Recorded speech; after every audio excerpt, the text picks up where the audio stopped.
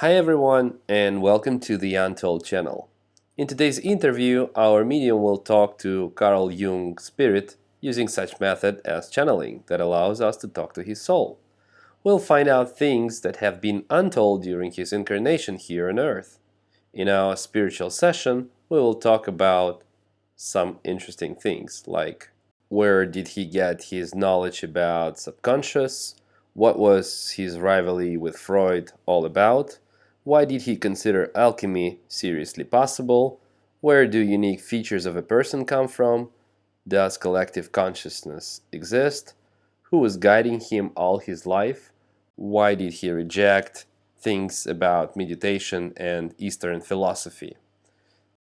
This is our first interview with him, and if you'll find it interesting, please let us know in the comments below, and we'll try to make the second part.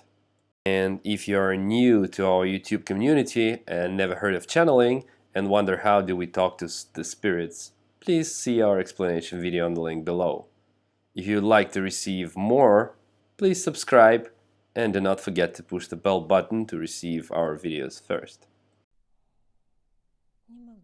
I can't say I have seen anything like this before. Are you surprised? Well, surprised enough. It's unusual. When she suggested to do this, I was confused. Okay. Well, you have found a wormhole to the knowledge that is not so easy to get. Yes, we were lucky to some extent. Can I call you Carl? Yes, I'm comfortable with it. What is the current level of your soul? 8. I see. But your incarnation on the earth, how many you had them before? I had plenty. But I didn't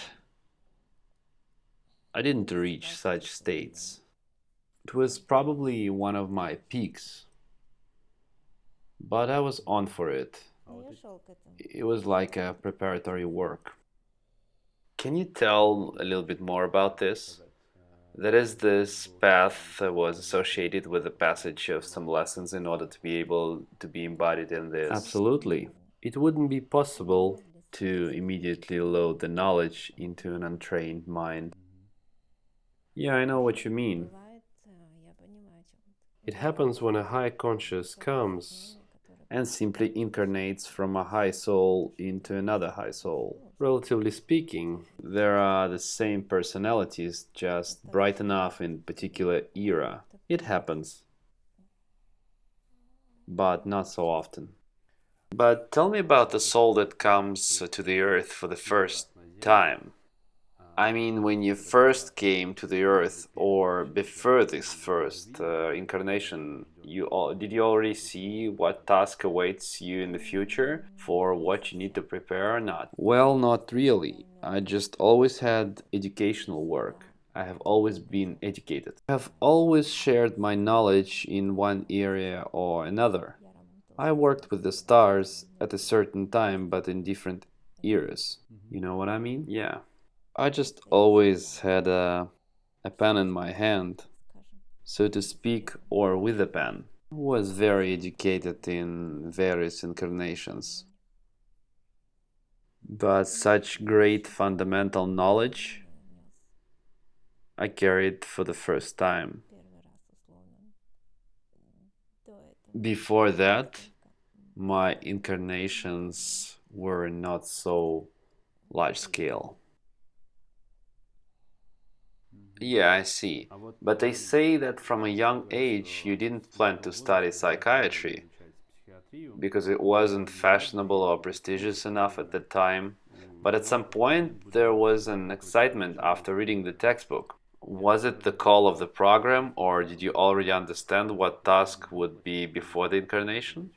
Yes, I had some interest that I couldn't explain to myself since it wasn't common enough at that time. But in general, it seemed to some extent a kind of heresy. They didn't study the state of the psyche deeply enough, and they were not my contemporaries who laid the foundation and made a certain wave that picked up and gave me a certain impulse to further development. So you mean to say that this work in the field of psychology or psychiatry, this was laid down by the program before the incarnation? Yes. The moment came when I had to give some fundamental knowledge which began to form. Well, you look at the development of civilization from the point of view of a specific time. For you, let's say there are 100, 300, 500 years seem to be quite a significant period. Okay. But if we take it from the point of view of the development of the civilization as a whole, then we had to start giving the makings, give the sprouts that would begin to develop in the minds of people in order to prepare them for such understanding and research of themselves, because until now it was not so interesting. The moment has come when it is necessary to give this knowledge to implement so that a person can develop in this area. Where did this knowledge and concept come from? Who broadcasted it? I know what you mean. I was directed. I felt it, but I just didn't ask myself where the knowledge came from. I just lived it and I couldn't help it. It is like a perception through a certain prism which you cannot change. It has been laid down. You just follow the path you are laid down, what gives you no peace, what you need to develop. But you also understand what area I was in my head. I just lived it, and at some point I realized that I just started, or as you call it, turned on. First, it went in some native way. I just intuitively began to search, select those materials that I might be interested in and which I would like to develop myself. And then at some point I just started to get the states as if I don't know how to explain to you. So I lived them in my head. I didn't have to study a lot of materials. I just knew and wondered why I just knew. And sometimes it even scared me because I was just so sure of what I knew. And I just needed to explain it in an accessible language. You understand quite complex, abstract things, so my task was to interpret what is in my head so that others could understand. But sometimes I really do. There were times and states when I was afraid of it. I understood that something was happening, let's say supernatural, that an ordinary person could not imagine. You see, you can pretend that you have imagined it all, so that is all not true.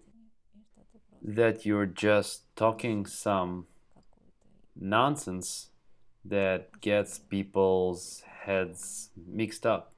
But that time was quite short. I just lived with a kind of total confidence that everything I did was right. Mm-hmm. And this knowledge that came to you, or these moments, did they require some concentration, or did they come independently by themselves? I tuned my brain to that. At first, it was quite chaotic.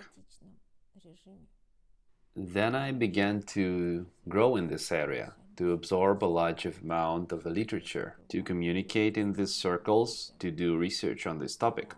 And so I sharpened my brain, developed such a system of work that I could, well, it's hard for me to admit, but I could switch very easily from consciousness to subconsciousness. And it didn't cost me any effort, really. And I could just be in such amazing states of my brain. I just pried my brain. I just kind of took it out, put it in front of me, and just dissected it. And it wasn't difficult for me. I didn't have to go into any specific states to switch from one mode to another. I was free. I was so in tune with my brain structure, my consciousness. I understood how it all worked, and I was just trying to structure it and make it clear to others. A question to the audience. Have you ever felt something similar yourself? If you had a feeling like someone is guiding you, please let us know in the comments how it goes. Also feel free to write us if you have any questions about this state, so we could know our audience more and focus on some precise aspects in our interviews. I see. But in general, this knowledge, they came more from dark or light.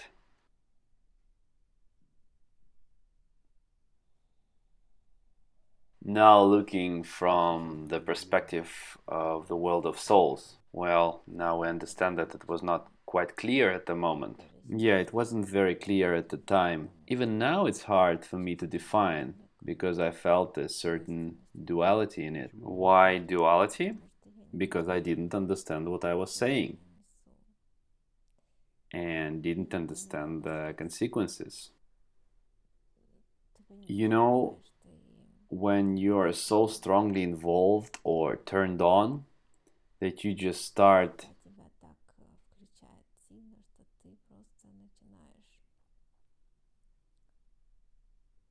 generating a large number of ideas, information, you just can't keep it to yourself. What is in your world, in your head, is an amazing and big world that you want to share. And what will happen next, you cannot predict. I always thought that I was doing some great good to make people more aware of themselves. But I needed to keep it in balance. You know how it works. When people begin to look answers in the conscious and subconscious, strongly immerse themselves in a state of mind, psyche, and so on, they are removed to some extent from the feelings, from the feeling of yourself, at the level of perception of sensations, when you just start to feel more and you do not need sometimes explain some things logically. So everything needs a balance. And of course, I wanted people to just be researchers, but not only in this way, but also try to develop in other aspects. So I believe that, and I now understand this in any case, that this is a kind of, let's say, an agreement. The power that gives such knowledge, because there's just a certain stage to share it.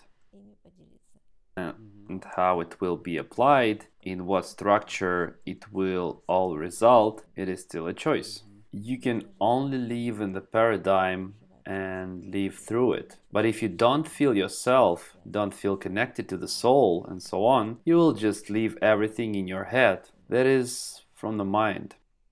And is there any universal advice for people who may listen to you, how to maintain or gain this balance?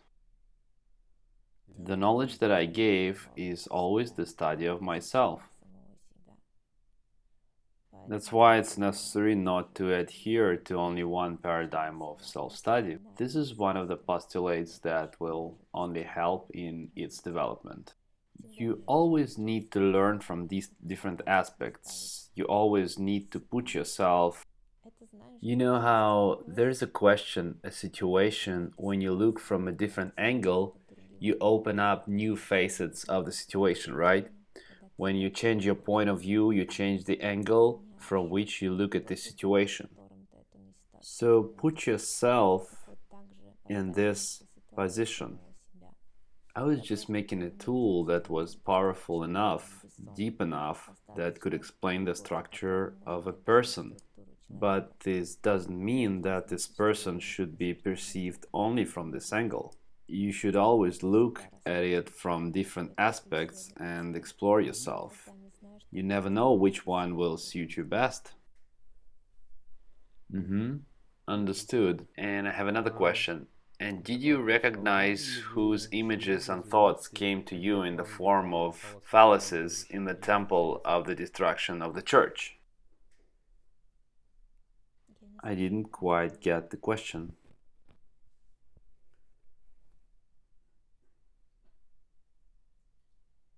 Carl, when you were a little boy, an image of a temple came to you in which a phallus stood in the place of the altar. I wonder what it meant and who was with this image.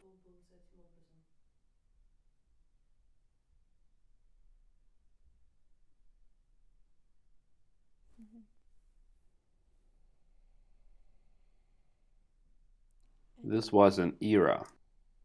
It was the symbol of a certain era that took place at that time, meaning a patriarchal society when the minds of men carry some knowledge, laying the foundation for the development of the entire era. Images came to me often. Then I began to connect and be able to work with them. At first, I'm telling you, it was really chaotic. But I wouldn't say that this is some transformative story in my life that you mentioned. There were really so many of them that I didn't attach any important relation to myself with them, and I didn't consider it to be some kind of sign or something. Understood. But there was a little man and a stone and a pencil case. Was it an important image? It seems like you've been talking to him a lot.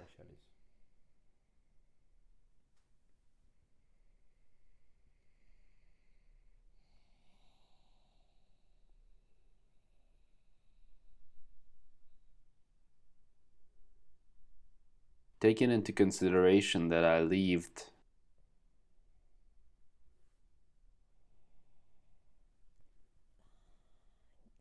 so to speak, as a scientist who could explain everything, it doesn't mean that I wasn't committed to something.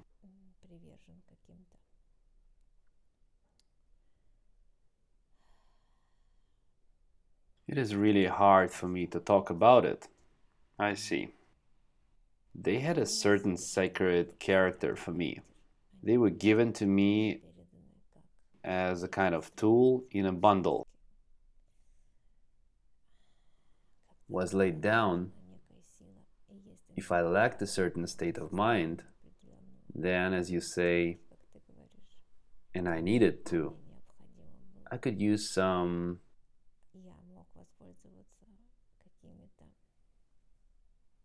you call them artifacts. They have no power as such if you do not put power in it. So there were people in my environment who could read me. They saw through me and understood how I was arranged. Although it was quite difficult for me to explain what I feel and I live and see. But there are always people in different eras who see everything. Understanding this, they simply directed, so to speak, and gave me some tools to help me in some stages. I do not know by whom they were sent, but somehow they were present in my life. I guess someone was just directing me. What about introduction to Freud? Oh wow, it was extravaganza. I met myself just in a different amplitude. It was so strange. Imagine you feel so detached, but included in society because you're included in it. You're in it, right? But you can't separate. No, on the contrary, you can't make yourself one with the society in which you live, given everything that you see in your head. This is very strange. You can't say I'm like everyone else, but Demon wasn't like everyone else. I felt unique, but it didn't give me the feeling of some special becoming of myself on some pedestal, so to speak. Yes, I felt it to some extent, but I wasn't the arrogant jerk who could communicate like that with people I didn't feel equal to. But still, I'm not going to say that I was lonely. I'm not one of those idiots who just think that they are lonely and no one understands them. Probably it all depends on the knowledge given. Because given that I could explain in some situations the psyche and state of people, it was easier for me to connect with them, so I didn't feel alone. But I felt alone in my knowledge. I knew there were some others like me, and I knew about Freud, and I really dreamed of him, but I was afraid. I felt a certain fear because I was somewhat in awe of him, and even sometimes envied him, sometimes despised him. In general, I had a full range of emotions. You know how geniuses feel about others. This is both competition and love and hidden. Oh, how interesting it was. When I met him, I was amazed. I was just stunned. I was looking like I was looking in the mirror. It's like meeting your Siamese twin, just in a different way. And it was so unusual. But I wouldn't say that it was one of the best meetings, because he probably had the same range of feelings for me. And when you can still dissect feelings into molecules, you know how a person works, what he sees, how he reacts, and so on, this has become even more entertaining. It's like watching 1,000 ants at a time. For their relationship, I mean. You see, it was like we were seeing ourselves, seeing each other through and through in each other's reflection. It was so unusual. My favorite character, of course.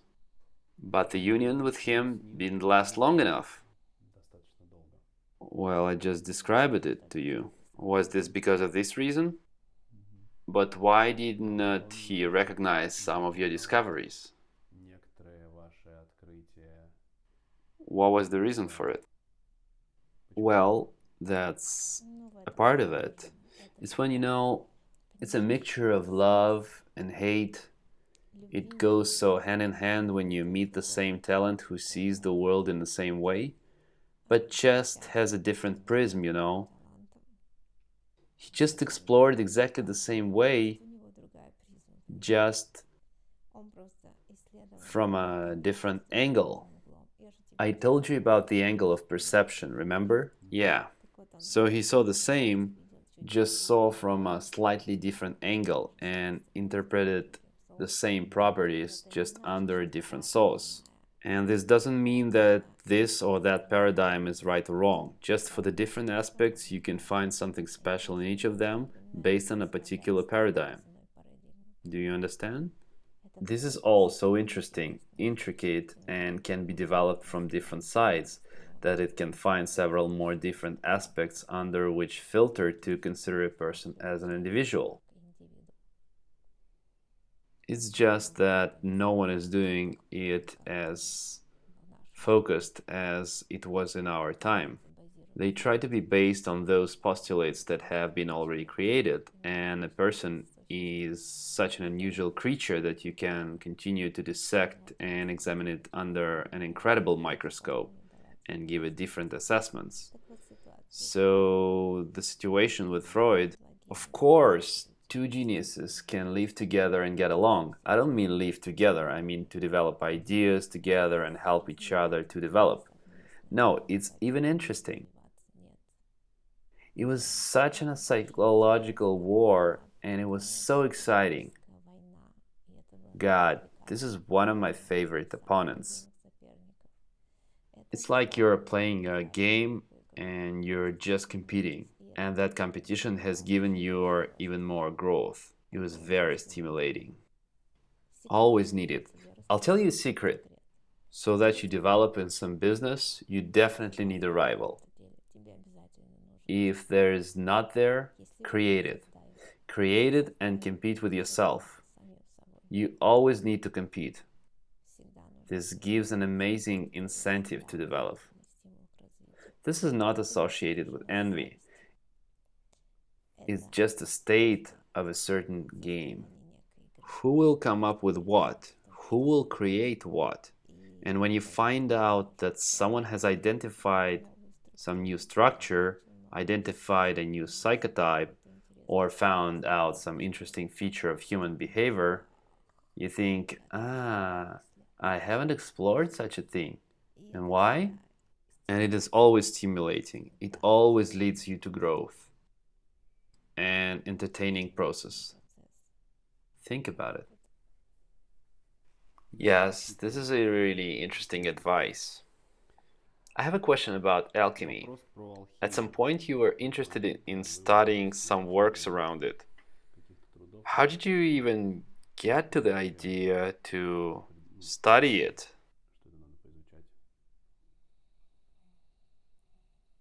I told you about the environment which had some knowledge,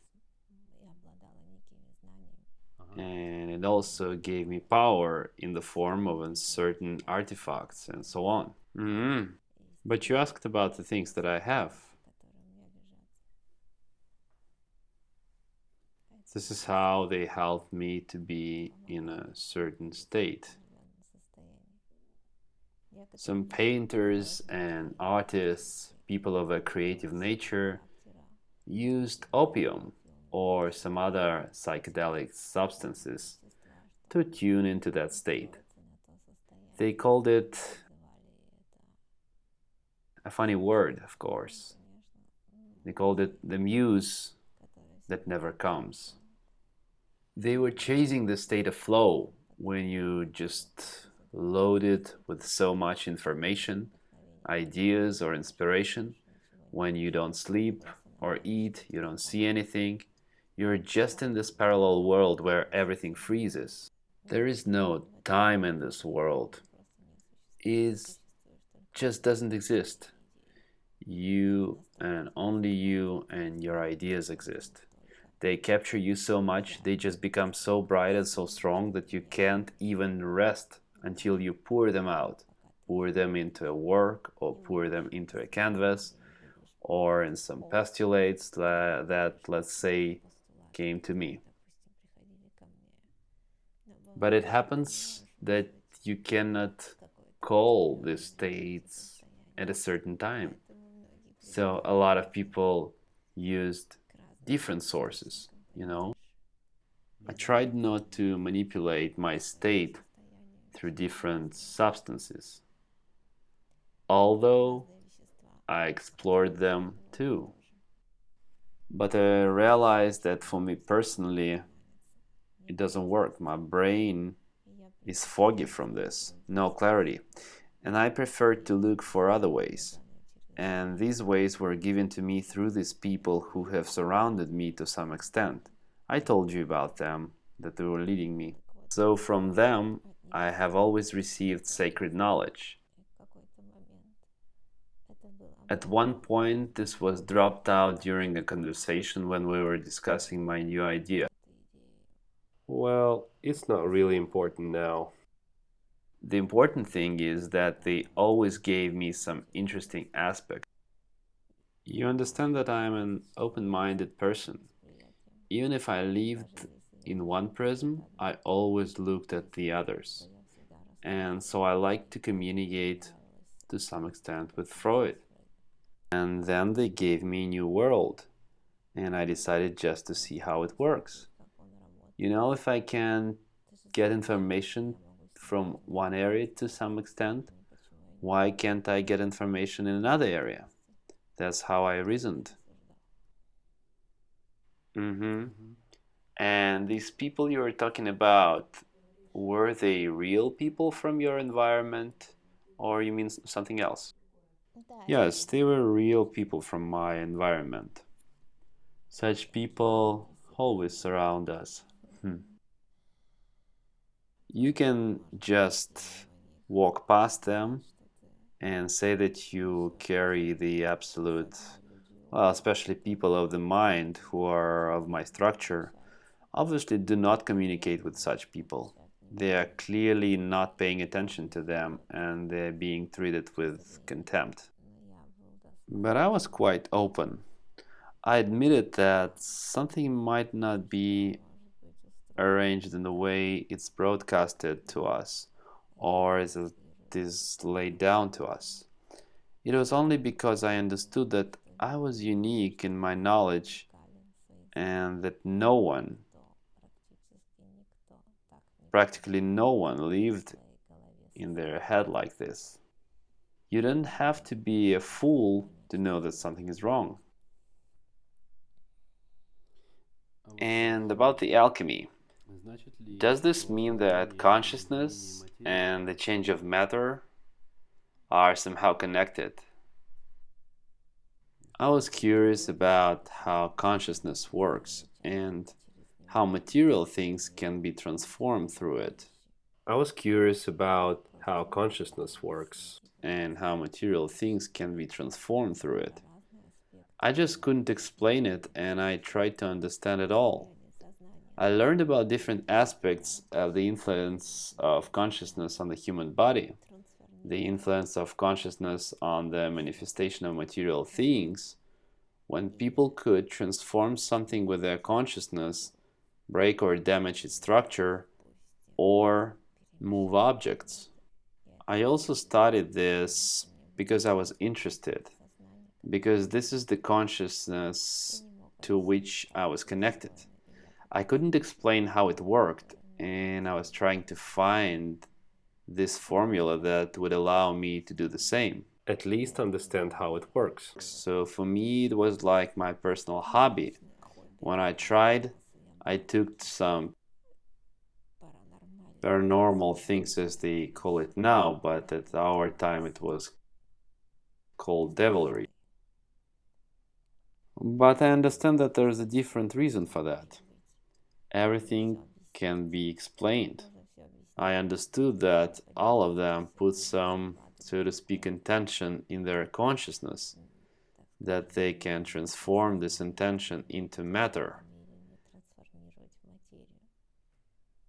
And I thought it was easy enough to do that.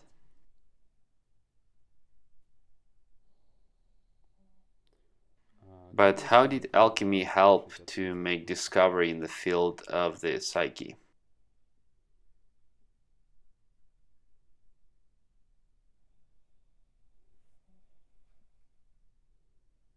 Telling you again that this gave me an incentive to look at consciousness from a different angle. Again, I repeat about different angle of perception. Got it. And when you start looking at an object you're used to from a completely different point of view, I saw myself as an object.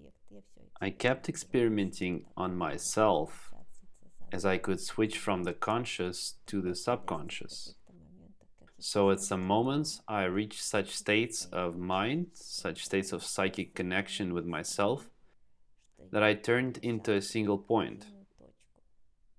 I dissolved from myself. It was unusual, difficult to explain, but I'll try.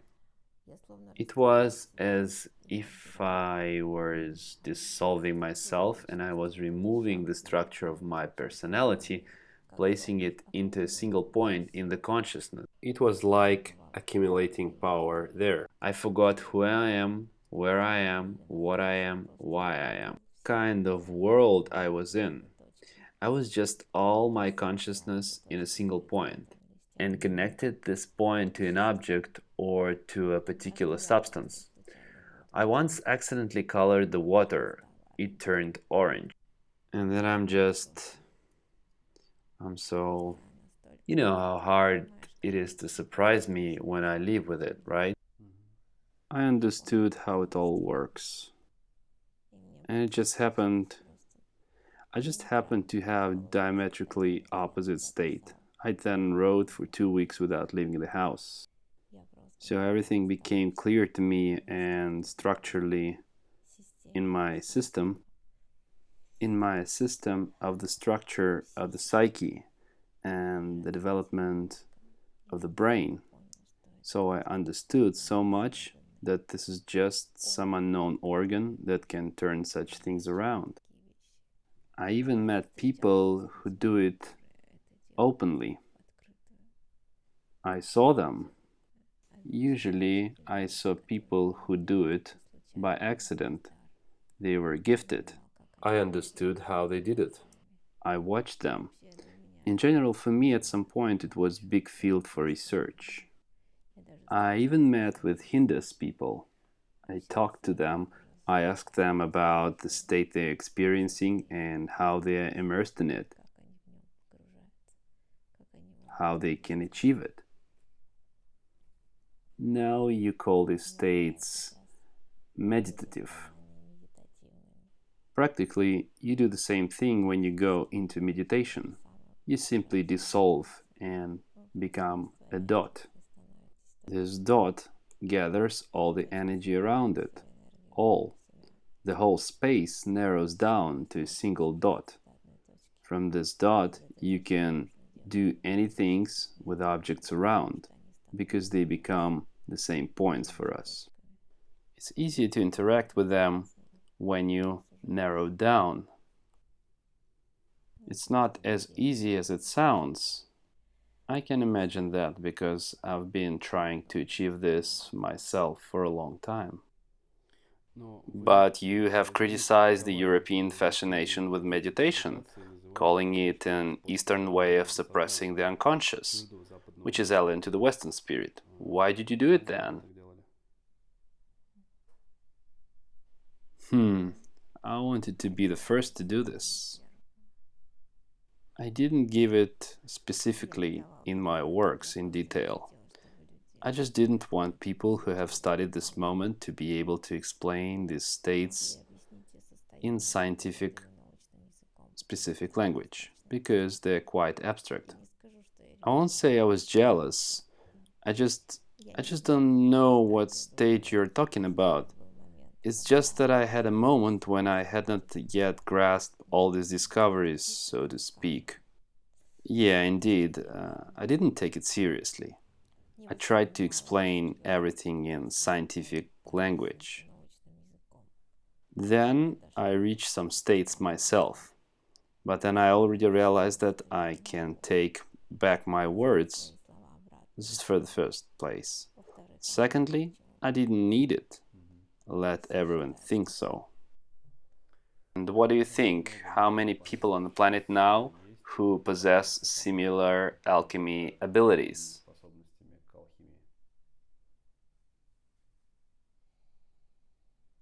Well, this requires a lot of concentration and friendship with your head. Only few people are friends with their heads. I don't mean intellectual development. It is when you understand all your feelings so well in the connection that you can observe them. In fact, this is what you call now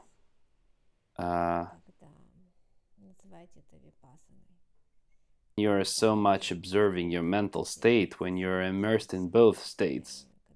It is when you're so much observing your mental state when you're immersed in both states and you can move from consciousness to subconsciousness, when nothing, no mental programs that affect you, prevent you, and you just catch them. It is like you simply begin to control your brain. It's actually easier to say, because as a rule, brain controls you and not vice versa. So when you start controlling your brain, you can control it as a tool, but it's very, very difficult. This is a very high state, which is achieved by observation. Another important thing is not to go crazy. What fun it is, right? So that is why not too many people can do it consciously. But you are talking about hundreds of thousands of people, maybe hundreds of thousands. No, being in focus, I think we're talking about only hundreds of people.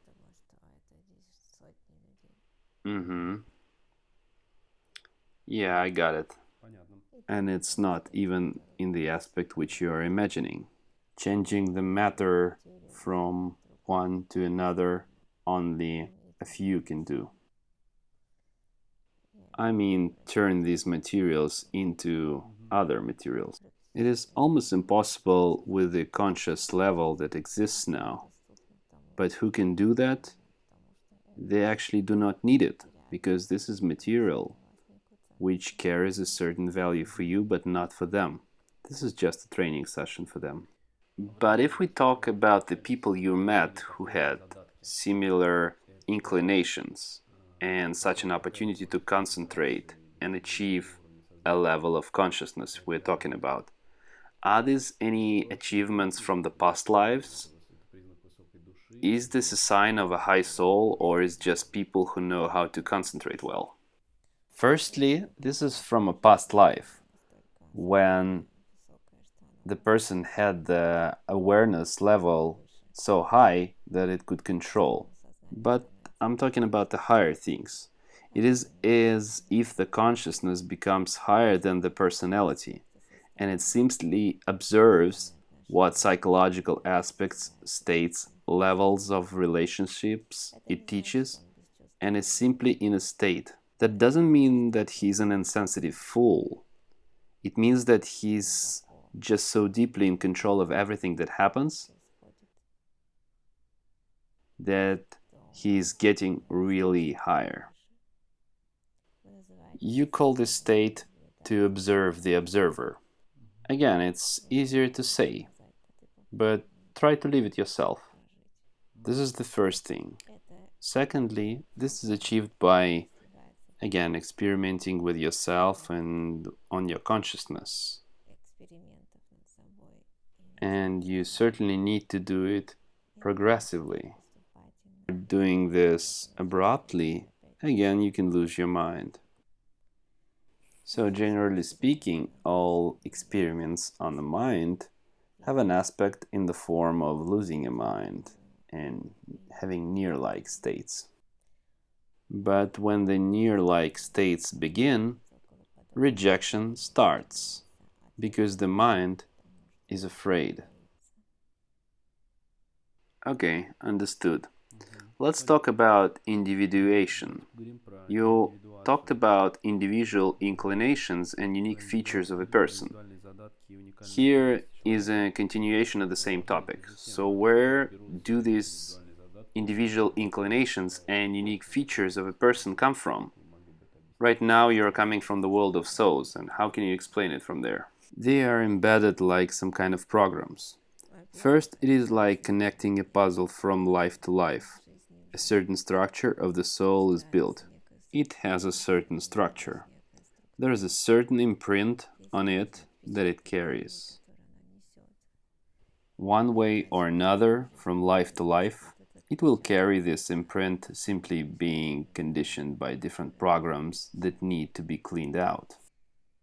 One way or another, from life to life, it will carry this imprint, simply being conditioned by different programs that needed to be cleaned out. But the depth remains the same. It just carries a certain light character of the individual, and which can be used when it's like, let's call it a core. It is like there's a certain core that is laid. Different layers grow around it, different layers absorb it so much that you can't even see the core. But when a person cleaning himself and clearing himself leaves this core and synchronizes with it, then he becomes real. This means that he has grasped his essence and connected with it. Such a person will be so bright, so full of energy, and so beautifully manifested that it will be very noticeable. They say that when a person has connected with his soul or with his essence, not the one that is imposed on him or that he wants to be. You know that there is always a state when a person wants to appear something that he's not, when he's putting different masks on himself from all the sides he can. When you put so much masks from different aspects that you can hardly see the essence of yourself. So this is the one who really is. This is the actual foundation of the soul, which is laid down, and it has a certain structure. It is different from others. And when you get to the bottom of it and connect with it, you see incredible global changes in the world naturally in itself. You might even look a bit different. And you said that a certain definition during the life and formation of a person is essentially divided into two stages.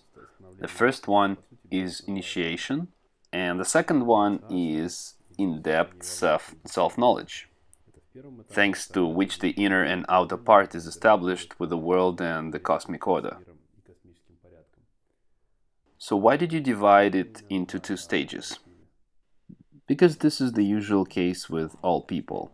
Of course, I'm not talking about those who consciously manifested on Earth. We're talking about the major people. So, generally speaking, every soul, in one way or another, reaches a certain critical moment. It's like a transition from one reality to another. He lived in the reality where everything suited him, and he didn't ask some high questions. But then an interesting moment comes. It's like someone rings the bell, and the person starts up. Who's calling? So this is your soul that is ringing. She says maybe you open the door or you want to sit there. I felt it myself. I saw when I was a human being. I'm telling you, I had a connection with some other world, so I could take the knowledge and information from there.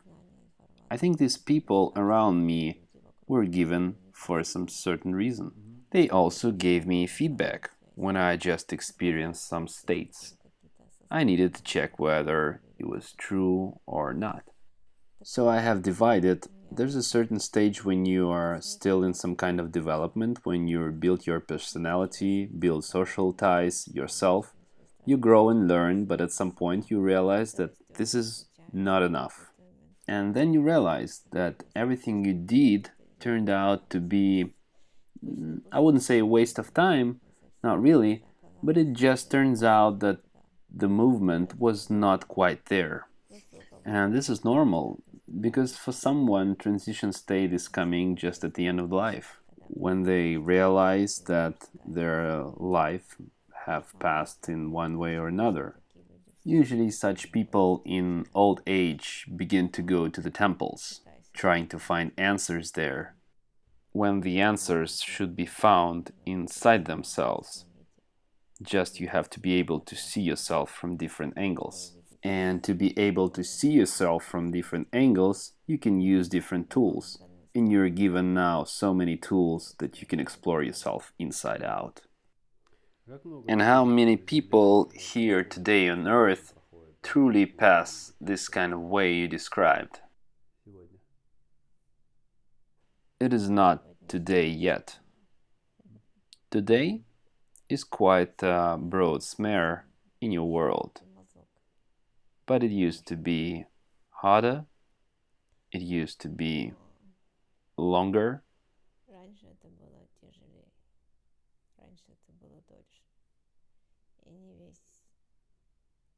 For such transitional states, you need to have a certain standard of living. What do you mean by the standard of living? You mean the level of the soul or of the comfort of the people? Yeah, I mean the level of the comfort, how people live. Because when your basic needs are not met yet, you do not ask such questions. You live your life in the first part. The standard of living now has changed. It has become higher. That happens even in poor countries. There are regions where the culture is conditioned. There is where the culture asks such questions and it pushes you to explore the transition to the second part. But in fact, I'm talking in a very general. You know, when you share with the knowledge that you understand this quite fundamental, it also extends to the whole world, right? And it's not within a single society, country, or a level of affluence. When you give knowledge, you need to unify it. This is my another advice. You can't do it as individual knowledge because the world is so diverse now. You need to find a middle ground that you will broadcast, which will generally apply to everyone. But you understand that there are exceptions everywhere. You can't pick up all the keys to all the doors. Therefore, you need to choose one large door and give the key to it. But still, how many approximately percent of humanity from people in general now passes such a path? Now it is around 20-30%. Well, I think about 20%, more accurately speaking. These are bright representatives, of course. In your works, you use the term synchronicity or intuition. Can we say that this is the same thing? Synchronicity, you know what it means? This is when the conscious and subconscious are out of sync, and you do not see any difference in some states, you're just in the middle. This is a very, very interesting condition. It's borderline. When you turn off the mind, just turn on the subconscious and connect them. Not that it permanently disables the mind, it's impossible, otherwise you can go crazy. You find half of this borderline state when you're both out of there and out there, and you're at this transition, like you're open. You're not conditioned by this or that, you know? You're empty. It is an interesting state. This is a state of emptiness, and in it, knowledge can come. Knowledge is that intuition. Knowledge is your soul's voice. When this voice comes down, the soul can tell you something, and you can hear it better. And what do you need to do to consciously switch between these states? Exploring these states in meditation can very well help with this. And all the practices that help us to get lost with our mind and move on. You can explore it. Don't try to use psychedelics to try it, because then, in ordinary life, it will be difficult for you to recreate this state. Because the more vividly an artificial state is created, the easier is to forget it, you know. That is, if you were injected with some kind of dope, you won the competition faster, but then it will be more difficult for you to reach the physical state that you showed, right? Therefore, it is better to do such practices yourself, better more often than once and quickly. And we have a question to our YouTube viewers. How often do you yourself rely on your gut feeling? Please let us know in the comments what do you think about trusting your intuition. It is very interesting for us, especially when we plan what new areas to explore in the next videos. Yes, I see. You were talking about collective unconscious, that it was something of a spiritual legacy of all that humanity has experienced. Can you give us some comments here? I meant it because there is a single conscious of the earth. It's one soul, right? But you live in it.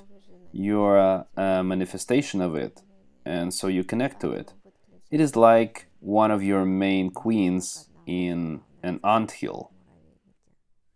But we have a problem now with such states that are coming, and why it is now reaching the state that is happening.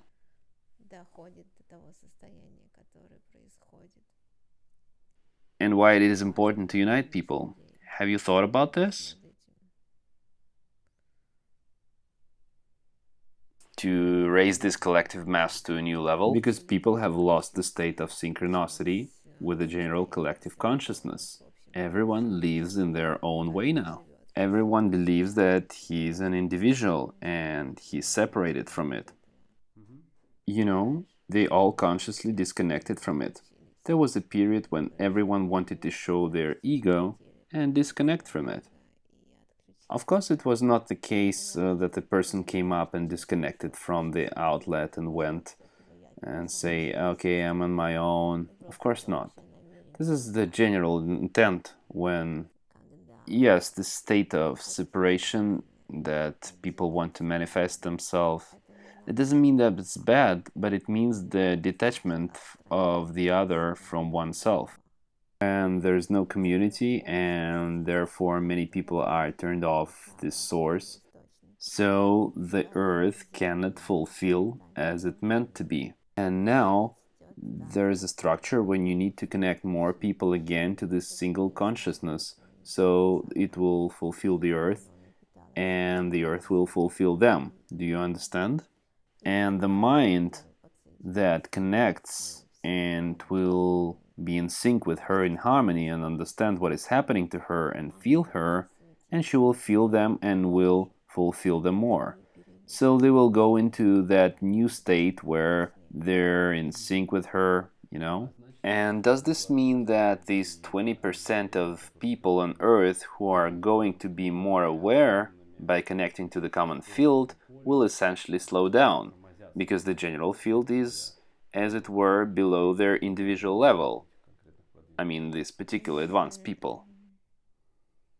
You have a little idea of the power of these people and their level of influence. This is really huge.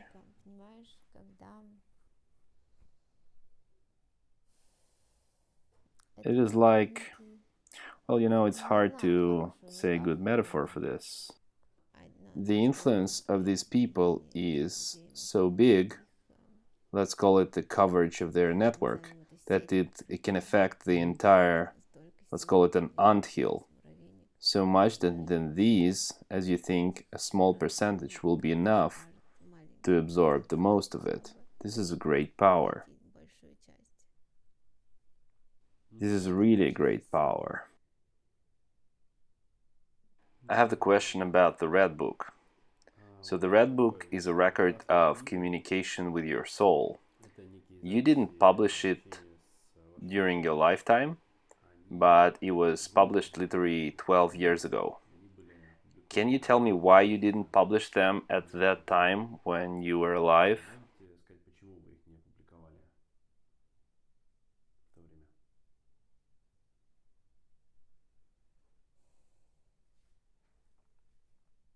You have to understand that this is communication with the subconscious. The facts of the subconscious are your soul. It is very rude, but nonetheless. You shut up the voice of reason and shut up the state and go to another one. Everything comes out. And there you are. You know, I'll explain a little later, but I can explain how it works since I came up with a good metaphor from your medium. Imagine like subconscious and consciousness as your home. Now let's imagine your room at your apartment and you get visitors. You take all the junk and hide it in one room and you forget about this room. But there were also rotten things and what was raw.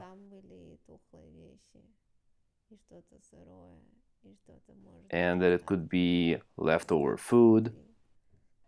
And imagine you forgot it for, let's say, 6 months. Yeah, I understand. Now you can imagine what a stench and a fragrance will be in the whole apartment. Mm-hmm. It seems like your apartment is clean, your space is beautiful, but everything that you have hidden, it will have an impact on the entire space, you know? And naturally, you need to get it out. Open this room, even if it is unpleasant. Oh, it is unpleasant at first. How it stinks. Can you imagine that?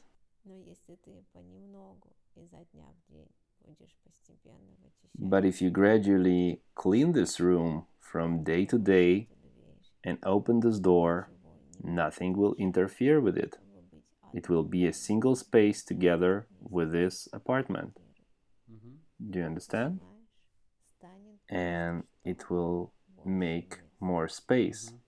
So more space, and there's probably maybe a big window where the sun falls, and it has become even brighter. That's an interesting metaphor.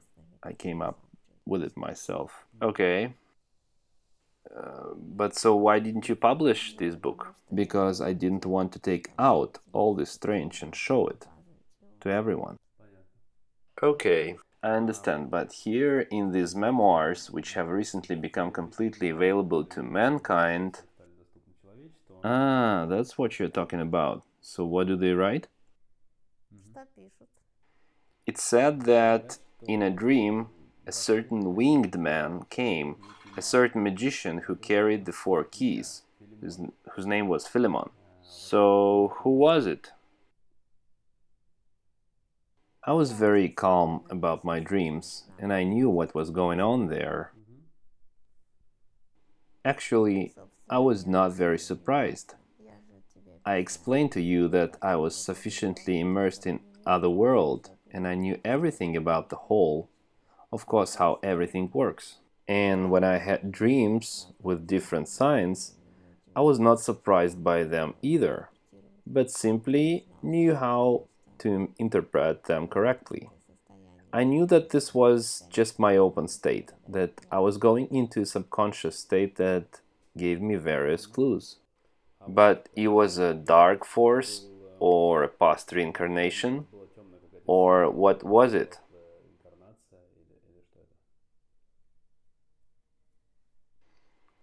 Because he gave a lot of knowledge, as far as I understand.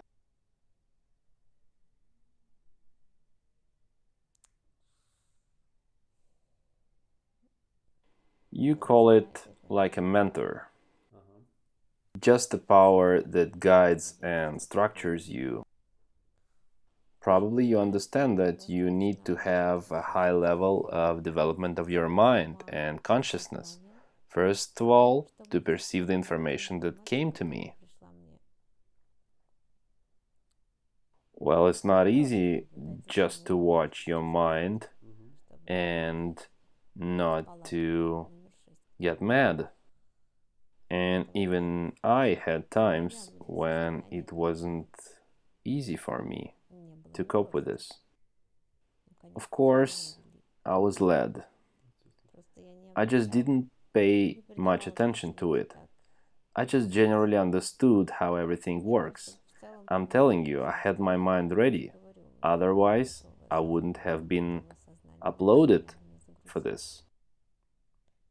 I could operate with it. You see, I somehow approached reasonably enough, so I didn't have to go to a healer or a witch for some exorcism. Let's call it like this. So this is the example you could understand. This is from your medium and from your environment. Yes, from my medium, I understand that this comes from her mind.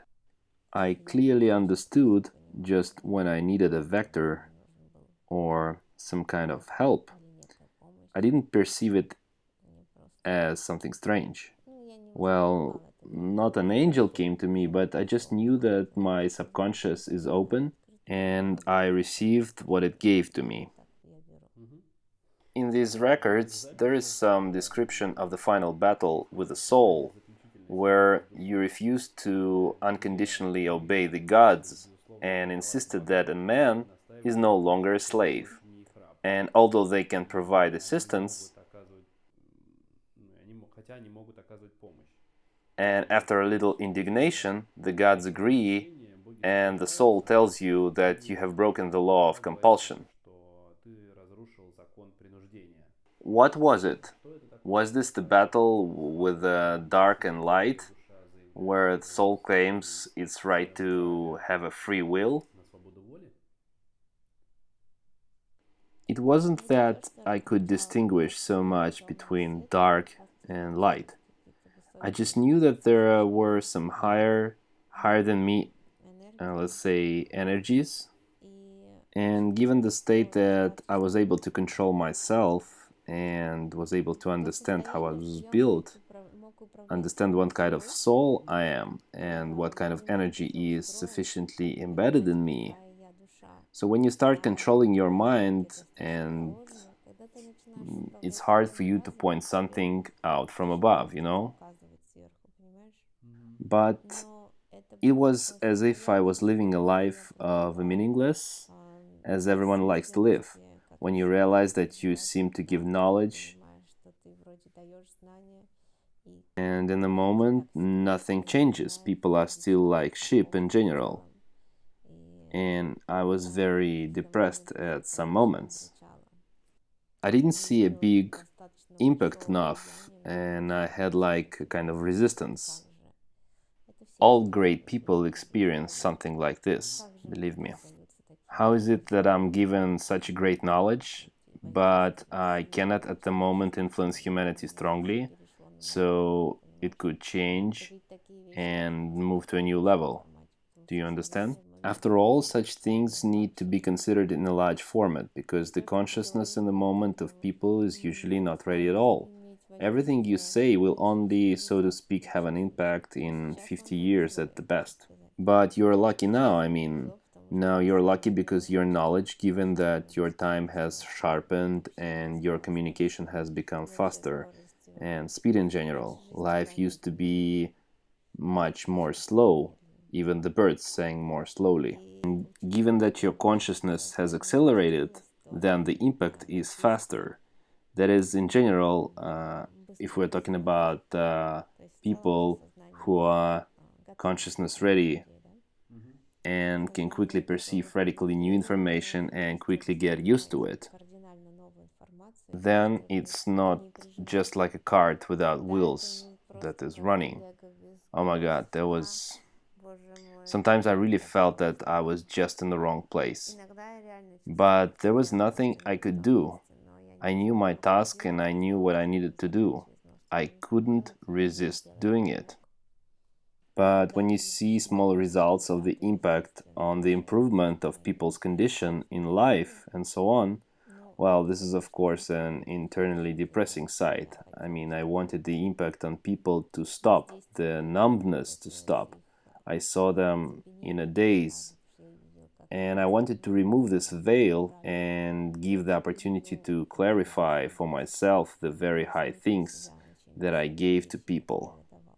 But what was the cause for this veil? Is it some kind of ignorance or its lack of connection with the soul? It wasn't just the right time yet. I'm telling you why I appeared at that moment and gave such knowledge, because it's like a sprout. You just plant a tree, here it grows, and it has grown to the present moment when my knowledge seems quite self-evident. And then, who turns to him for a moment? Every fifth? Every third person? I think not even 1 in 10. So what are you talking about if even today there isn't such a splash. But it comes. It comes from different sources. It's just that everyone finds the source that suits them. He finds the kick that shakes him up, you know? When the soul begins to search, it doesn't care anymore. It searches like a dog and starts to slip the person different things, just pokes with all his might. And when he already comes across something under his hands and he has an interest, his soul is like, finally, wow. And then he starts to explore, and that's what he finds. It may be different things. It can be me, some other philosopher or thinker, which outlines just some high things. We always talk about high things and abstract things that you cannot touch with your hands. So it's all soul searching. I'm just one of the tools, but I'm quite powerful. So I was just born at the time when it was also necessary to start. I got it. I probably have last question within our time frame that we have. So the last question will be like this. You said that it would be better for every person to have such a certain red book, as I understand it, in order to record his communication with his soul. And the question is there anything that you would like to add to reveal this idea, if it's still relevant, of course? And how many people in general are now able to learn and to communicate with their soul in our days? It was just a message to pay attention to yourself, to explore yourself. I gave excellent tools, if you use them, of course. If you took it yourself from this side, you can find out a lot of amazing things about yourself and understand how it works. As a rule, people do not have a book, even a little book, just 2 or 3 entries. And even these entries are so devalued. I hope that this will be very relevant, our conversation, given that it is time to have such a book for everyone. Otherwise, they will not be allowed to continue without such book. Thank you so much for communicating with us. Let's finish on this thought. Can we possibly contact you again in the future with similar questions? Well, it was nice to share it with you. Well, your method is very entertaining. If I had such a method, then I would certainly have done a lot of things, and even more. Thank you so much. Thank you for those of you who have stayed with us till the end of this interview. This is one of our first videos and we have just started, but there's much more to come. Please let us know in the comments what do you think about our interviews. Please be honest. We will appreciate any feedback, like or dislike. Feel free to write in your comments with whom you would like to hear another interview and what questions are you particularly interested in.